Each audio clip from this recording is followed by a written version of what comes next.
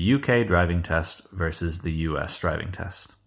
So to get your driver's license in the US, you usually have to be anywhere between 15 to 17 years old, depending on the state you're in which you do a short 10 to 20 question test. That gives you your driver's permit. Under that driver's permit, you learn how to drive. A lot of people do it with their parents. And after about 6 months to a year of driving, you can go and book your actual driving test. For your driving test, you go to a place called the DMV, unless you're in the state of New Mexico. And at the DMV, you take another short written test, usually about 10 to 20 questions, and then you go on your practical exam, which is where they will have you drive around the block. They may have you test parking in a parking lot, car park for the UK. They may have you do parallel parking, lane changes, turning left, turning right, stopping at a stop sign, basic things like that. The test usually lasts anywhere from about 10 to 30 minutes depending on where you do it.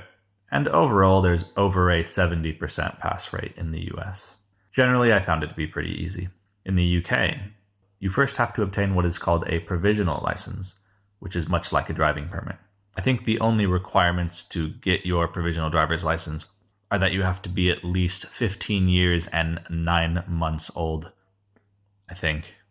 And once you have your provisional, you can then practice driving as long as you have L plates displayed on your car and are with someone who is allowed to teach you to drive, such as a driving instructor or somebody else who has had their driver's license for long enough. Once you feel confident enough, you have to book the first part of your UK driving test, your theory test, which is where you will go over 50 multiple choice questions, as well as a second section of the test called hazard perception.